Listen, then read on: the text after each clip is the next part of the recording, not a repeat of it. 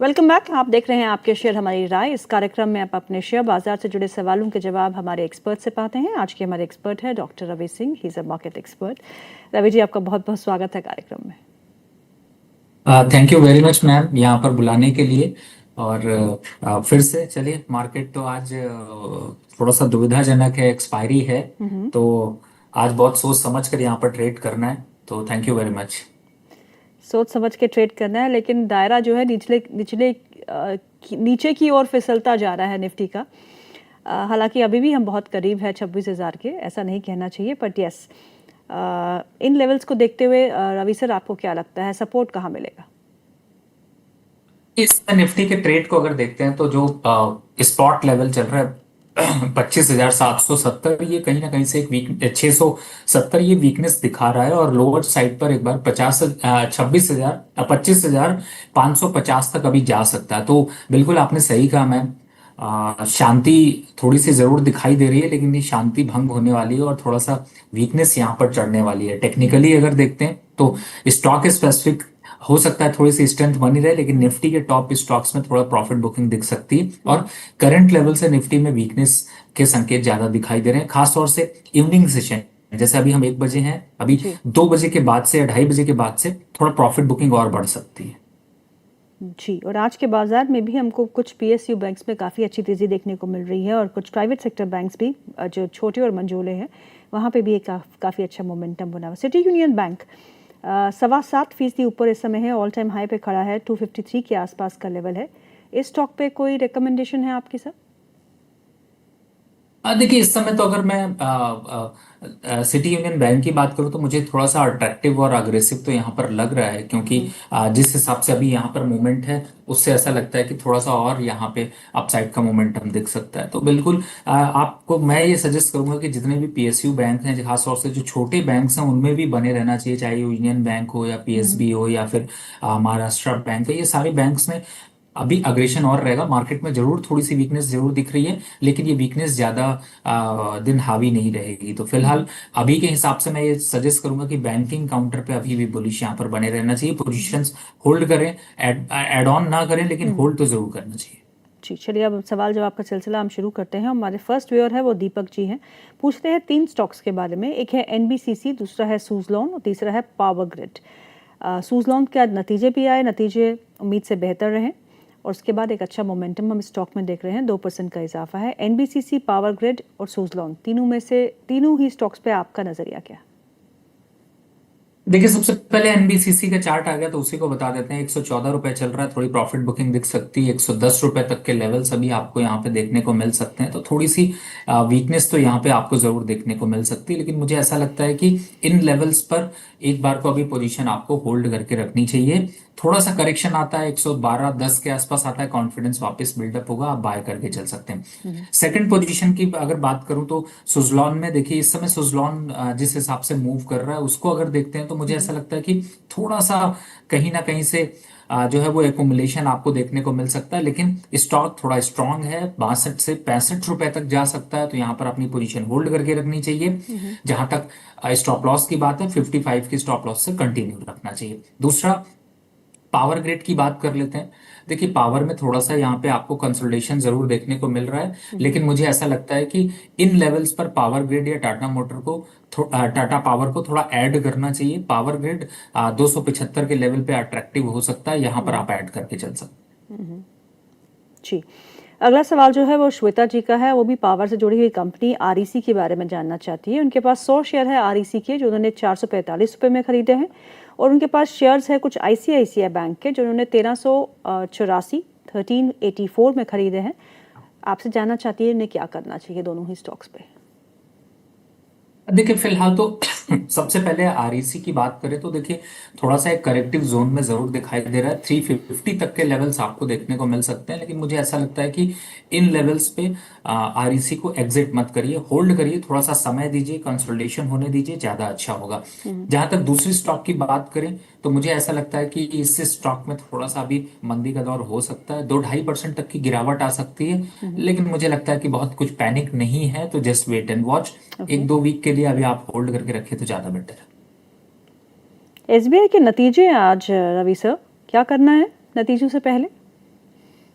देखिए एसबीआई तो वैसे भी इस समय तो आप देख पा रही होंगी कि पूरी तरह से पीएसयूज में तेजी है। हम्म, एसबीआई भी इस समय अपने अपने रेजिस्टेंस 950 के रेजिस्टेंस पे ट्रेड हो रहा है। जी। तो थोड़ा प्रॉफिट बुकिंग आ सकती है, लेकिन पोजीशन कंटिन्यू होल्ड रखनी चाहिए, एग्जिट नहीं करना चाहिए। आई होप यहाँ से थोड़ा सा एक तेजी का ट्रेंड और बनेगा और जल्दी टारगेट 940 980 रुपए तक के आपको देखने को मिले। ओके। अगला सवाल जो है वो रिजवान पटेल का है। उनके पास दो शेयर्स है। एक है Marksans pharma, at the rate of 190 rupees के दाम पर लिया है, और दूसरा है बोरोसिल रिन्यूएबल्स। उनके पास 50 शेयर है जो उन्होंने 665 के दाम पे लिए हैं। दोनों ही स्टॉक्स पे आपका नजरिया? अब देखिए दोनों ही स्टॉक थोड़ा सा कंसोलिडेशन मोड में है, थोड़ा प्रॉफिट बुकिंग देखने को मिल रही है। मार्क्सन फार्मा अभी 175 रुपए तक जा सकता है, लेकिन पोजीशन होल्ड करनी चाहिए। ऐड ऑन करने के लिए 175 और 180 के लेवल्स बहुत बेहतर है, वहां पर ऐड करना चाहिए विथ स्टॉप लॉस ऑफ 165। जहां तक दूसरे स्टॉक की बोरोसिल की बात करें तो ये भी स्टॉक काफी अट्रैक्टिव है, लेकिन थोड़ा सा अभी कंसोलिडेशन जोन में दिख रहा है। बट फिलहाल होल्ड रखना चाहिए। टारगेट की बात करें 380 तक के टारगेट जल्दी देखने को मिल सकते हैं, तो यहाँ पर होल्ड करना ज्यादा समझदारी है। संतोष यादव का सवाल है, और इनका सवाल फिर सूजलॉन पे है। सूजलॉन पे हम एक बार बात कर चुके हैं। आप इस शो की रिकॉर्डिंग देखिएगा और आपको रवि सर का नज़रिया जो है वो मिल सकता है। तो अगला सवाल हम ले लेते हैं। अगला सवाल है दिवाकर जैन का। वो पूछते हैं सेलो वर्ल्ड के बारे में। सेलो वर्ल्ड उन्होंने परचेज किया है 662 के भाव पे। होल्ड कर सकते हैं फॉर नेक्स्ट 3 to 6 मंथ्स। क्या करना चाहिए? टारगेट क्या रह सकता है? आपसे पूछ रहे हैं। देखिए किस इस पे किस नियत से आपने इन्वेस्टमेंट किया है ये थोड़ा सा डिफिकल्ट है, लेकिन हाँ ये है कि इन लेवल्स पर स्टॉक काफी डाउनवर्ड चैनल पे है। आई होप आपको यहाँ पर एग्जिट करना चाहिए, क्योंकि ये स्टॉक 580 रुपए तक अभी गिरावट में जा सकता है। तो मेरा सजेशन होगा एक बार एग्जिट कर लें। ओके। गौतम दास जी का सवाल है। वो पूछते हैं मेरे पास लॉयड इंजीनियरिंग के शेयर्स हैं eight the rate of 84 rupees each. मैं 2040 तक रुक सकता हूँ। बहुत ही लॉन्ग टर्म इन्वेस्टर है तो उन्हें क्या करना चाहिए? मेरे हिसाब से देखिए लंबा समय है, तो अभी तो फिलहाल थोड़ा सा समय दीजिए, क्योंकि मार्केट के डायरेक्शन यहाँ पर थोड़ा सा रिस्की है। लेकिन बट ये है कि अभी आपने बहुत लंबा समय रखा है। लंबा अगर रखना चाहते हो तो मैं निफ्टी के दिग्गज स्टॉक्स लेने की राय ज्यादा देता हूँ। और लॉयड इंजीनियरिंग भी एक अच्छा स्टॉक है, लेकिन इतना भी अच्छा नहीं है कि वो आपको बहुत बेहतर रिटर्न दे पाए। तो बेटर है कि अगर इतना लंबा होल्ड करना है तो आपको निफ्टी के टॉप 50 स्टॉक्स की तरफ फोकस करना चाहिए। Very true. अगर इतना लंबा उनका समय है निवेश का, तो आप निफ्टी 50 के स्टॉक्स पे वो ध्यान में रखिएगा, तो बेटर रिटर्न्स आपको वहाँ मिलेंगे। अनीस अहमद जी का सवाल है। उनका सवाल है विंटेज कॉफ़ी पे। उनके पास विंटेज कॉफ़ी के शेयर है जो उन्होंने 148 के प्राइस पे एक्यूमुलेट किए हैं। आपसे जानना चाहते हैं अब क्या करना चाहिए? देखिए मेरे हिसाब से तो अभी फिलहाल इस स्टॉक में थोड़ा सा एक गिरावट का ट्रेंड देखने को सकता है। तो स्टॉप लॉस हिस्ट्री की एक 158 का फॉलो करें, ज़्यादा बेटर है। वापस अपसाइड मोमेंटम में अगर आता है तो एक बार को ऊपर एग्जिट होने की राय होगी। ओके। अनुज सिंह का सवाल है। वो पूछते हैं शैले इंजीनियरिंग के बारे में। शैले इंजीनियरिंग एंड प्लास्टिक्स के शेयर हैं उनके पास 1774 के भाव पे। एक साल तक रुक सकते हैं, तो आपसे जानना चाहते हैं कि रुके या नहीं, और अगर रुके तो टारगेट क्या होंगे? देखिए मुझे ऐसा लगता है कि फिलहाल एक साल के लिए रुकना इम्पोर्टेंट है या नहीं है, लेकिन मोमेंटम यहाँ पर अभी ठीक ठाक है। तो मुझे लगता है कि बिल्कुल आप अभी रुक के रखिए, और उम्मीद है कि एक बार 2800 के आसपास तक के लेवल्स आपको देखने को मिल सकते हैं। तो इन्वेस्टमेंट अच्छा है, होल्ड करना चाहिए। ओके। राजू कुमार प्रसाद जी का सवाल है। वो पूछते हैं उनके पास जी एंटरटेनमेंट के शेयर है जो उन्होंने 110 के भाव पे खरीदे हैं। 2000 क्वांटिटी है। स्टॉप लॉस क्या होना चाहिए वो आपसे पूछ रहे हैं। अ, मेरे हिसाब से एक बार को एग्जिट करना चाहिए, क्योंकि स्टॉक में कुछ खास दम नहीं है यहाँ पर। तो मुझे ऐसा लगता है कि शायद इस स्टॉक से आपको एग्जिट करके दूसरे स्टॉक्स की जाना चाहिए। ये बिल्कुल पसंद नहीं है आपको? नहीं देखिए इस स्टॉक ने बिल्कुल भी कभी रिटर्न्स बहुत अच्छे नहीं दिए। बहुत कुछ देखने के बाद या सोचने के बाद ये समझ में आता है कि थोड़ा मोमेंटम जरूर आता है, लेकिन ये स्टॉक 200 रुपए से गिरते हुए 100 रुपए रह गया। तो आई डोंट थिंक सो कि इसको बहुत होल्ड करना चाहिए। ओके, अगला सवाल जो है वो अनुज कुमार का है। वो पूछते हैं सर टीसीएस एक्यूमुलेट करे करंट मार्केट प्राइस पे या नहीं? नहीं, बिल्कुल नहीं एक्युमुलेट करना चाहिए। We just wait and watch for the target of 2800 to 2700. Once it reach at 2700 then we can add, otherwise just avoid. Okay, Alka ji का सवाल है और वो पूछती हैं भारती एयरटेल के बारे में। अब नतीजों के बाद क्या करना है सर?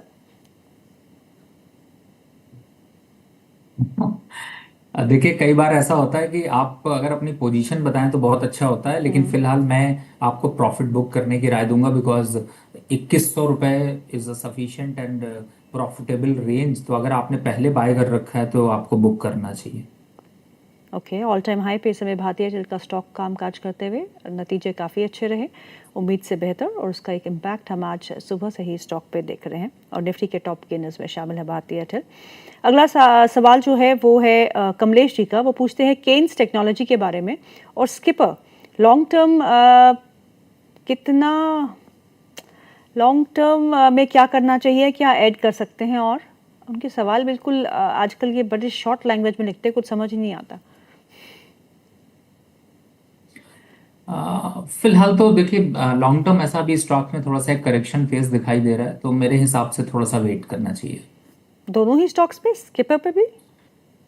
बिल्कुल, दोनों ही स्टॉक पे यहाँ पे अभी थोड़ा सा वेट करना चाहिए, क्योंकि लॉन्ग टर्म के लिए तो थोड़ा सा आपको रिटर्न्स मिल सकते हैं, लेकिन शॉर्ट टर्म पर अभी 2-2.5% तक की गिरावट और देखने को मिल सकती है। तो शॉर्ट टर्म पे आपको पैनिक हो सकता है, लेकिन लॉन्ग टर्म अगर कॉल है तो डेफिनेटली वेट करना चाहिए। आज रवि जी का मूड भी जो है मार्केट की तरह ही है, मतलब lethargic, lazy. Even I am feeling lazy because markets are not going anywhere. Ravi sir, क्या बात है?